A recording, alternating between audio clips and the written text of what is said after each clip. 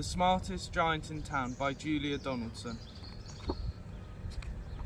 George was a giant, the scruffiest giant in town.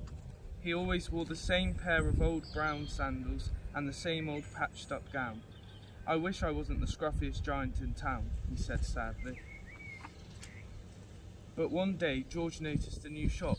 It was full of smart clothes, so he bought a smart shirt, a smart pair of trousers, a smart belt, a smart stripy tie, some smart socks with diamonds up the sides, and a pair of smart shiny shoes. Now I'm the smartest giant in town, he said proudly. George left his old clothes behind the shop. He was about to go home when he heard a sound. On the pavement stood a giraffe who was sniffing sadly. "What's the matter?" asked George. "It's my neck," said the giraffe. "It's so very long and so very cold. I wish I had a long warm scarf." "Cheer up," said George, and he took off his stripy tie. "It didn't match my socks anyway," he said, as he wound it round and round the giraffe's neck. "It made a wonderful scarf."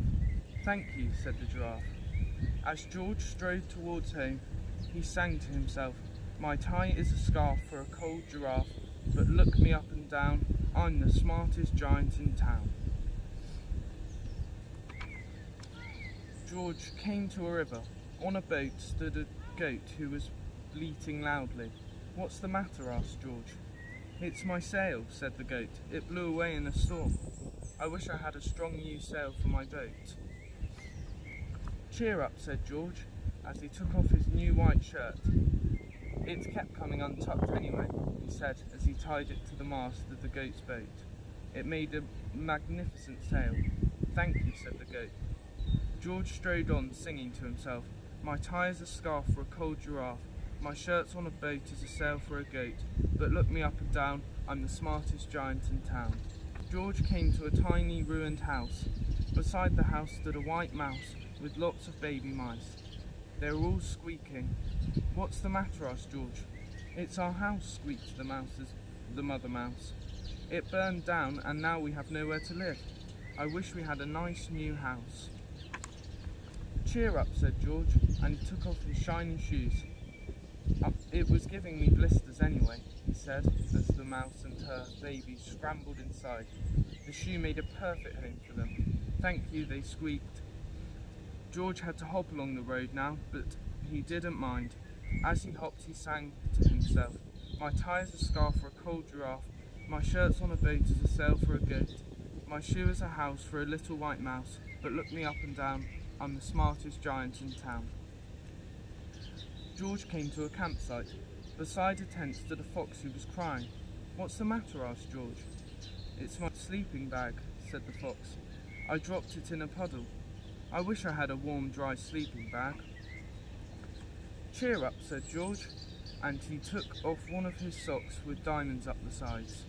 "It was tickling my toes anyway," he said, as the fox snuggled into it.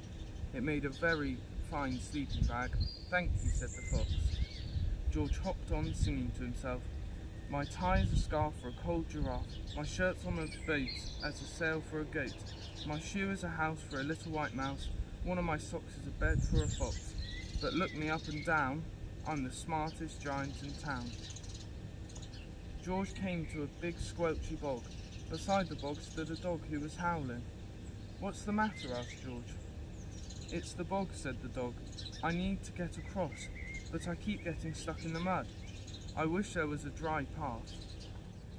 "Cheer up," said George, and he took off his smart new belt. "It was squashing my tummy anyway," he said, as he laid it down over the bog. "It made an excellent path." "Thank you," said the dog. The wind started to blow, but George didn't mind. He hopped on, singing to himself, "My tie is a scarf for a cold giraffe, my shirt's on a boat as a sail for a goat, my shoe is a house for a little white mouse, one of my socks is a bed for a fox, my belt helped a dog who was crossing a bog, but my trousers are falling down. I'm the coldest giant in town." Suddenly George felt sad and shivery and not at all smart. He stood on one foot and thought, "I'll have to go back to the shop and buy some more clothes," he decided. He turned round and hopped all the way back to the shop. But when he got there, it was closed. "Oh no," cried George. He sank down onto the doorstep, and a tear ran down his nose. He felt as sad as all the animals he had met on his way home. Then, out of the corner of his eye, he saw a bag with something familiar poking out the top. George took a closer look. "My gown," he yelled, "my dear old gown and sandals." George put them on.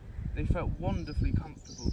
"I'm the cosiest giant in town," he cried, and he danced back home along the road. Outside his front door stood all the animals he had helped. They were carrying an enormous present. "Come on, George," they said, "open it." George untied the ribbon. Inside was a beautiful gold paper crown and a card. "Look inside the card, George," said the animals. George put the crown on his head and opened the card. Inside it said, "Your tie is a scarf for a cold giraffe. Your shirt's on a boat as a sail for a goat. Your shoe is a house for a little white mouse. One of your socks is a bed for a fox. Your belt helped a dog crossing a bog.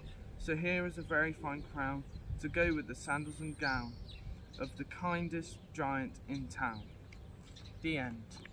Thank you for watching Groveanory.